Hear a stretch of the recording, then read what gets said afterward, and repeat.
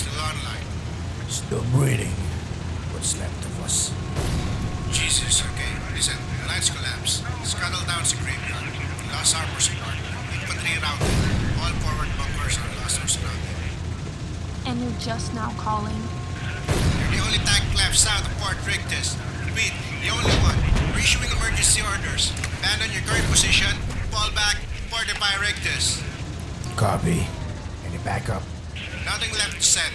Fort Rictus must hold. If it falls, the entire northern sector is exposed. It is the spine of this region. You're telling us to die with a tank and a prayer. I'm telling you that you're the last movie still on this front.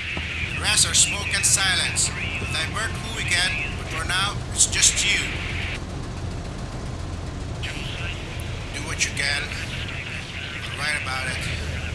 If anyone's left to read. Glory to Callahan.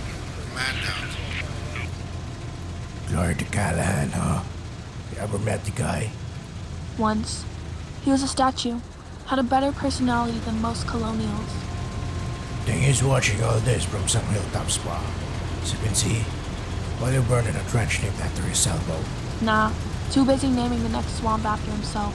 Callahan's toes or something. Self or Ed's crater. There's a ring to it. Get shelled with. We could have walked away, you know. Could have driven back, kept driving, let someone else play war hero. Yeah. But then who'd be dumb enough to keep driving balls into the front? Right. No one pilots balls like you. And no one shoots them like you. Like an angry reaper with a targeted reticle. I'm not angry. I just hate everyone who isn't in this tank. That's fair. Lots of people outside this tank lately. Hey, if you die, can I have your rations? If I die, you'll be the first to loot my corpse, I'm sure. Damn right.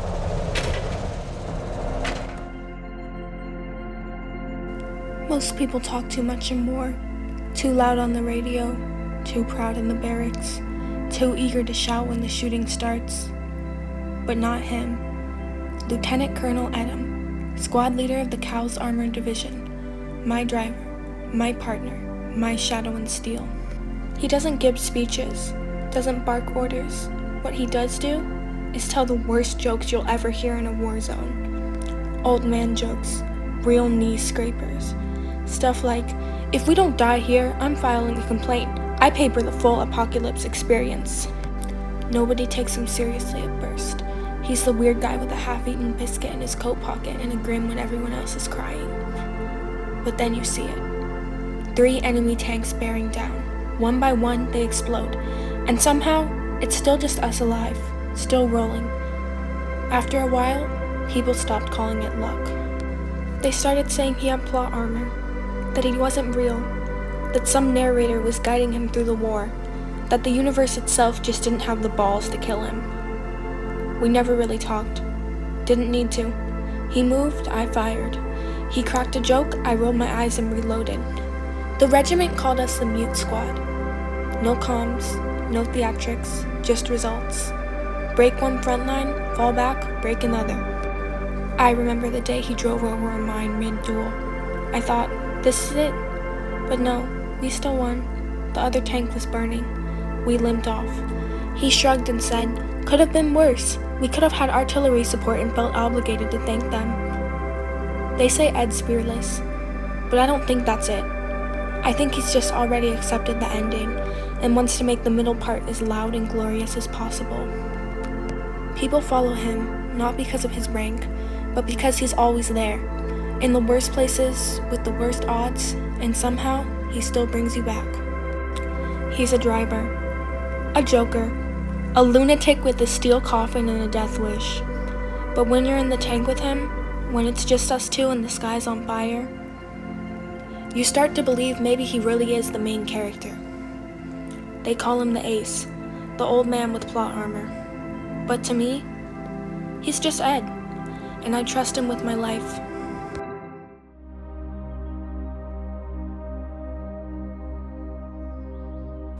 We met 20 wars ago.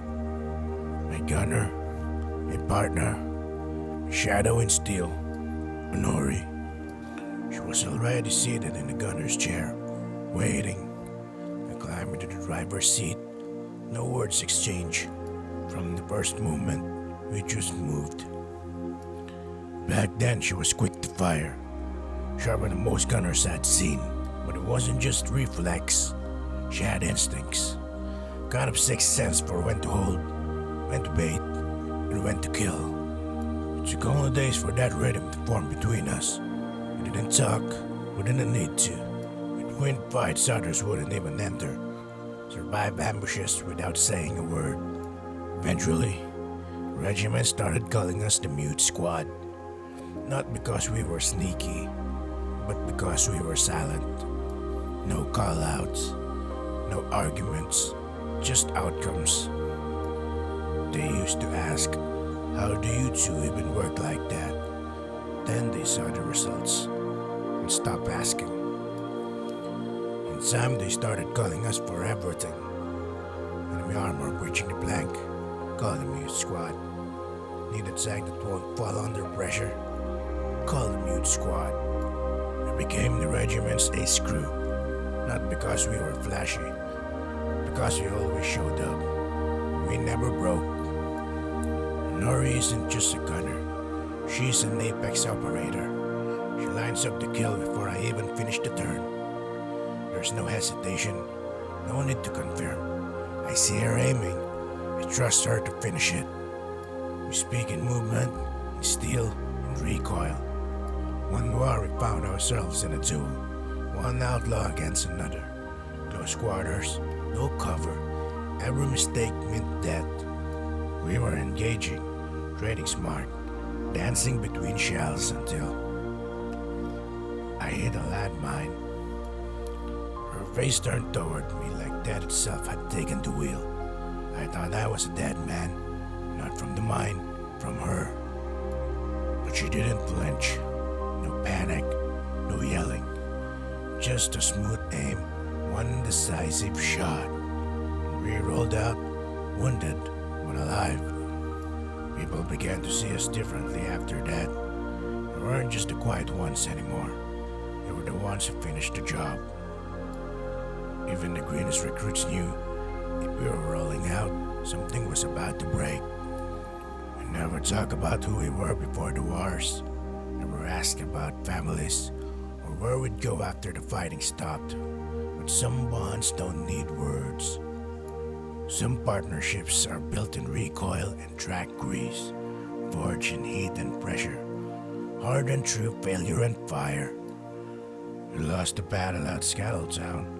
Frontline collapsed, and now it's just us, a few broken tanks, and Fort Rictus to fall back to. And the order came in like it always does. Glory to Callahan, sure. But the real glory is sitting next to me, loading another round, covered in soot and fury. A woman that doesn't say much, but says everything when the cannon fires. We're not heroes, just stubborn.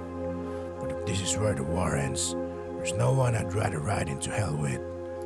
Unori, the last voice I don't need to hear to understand.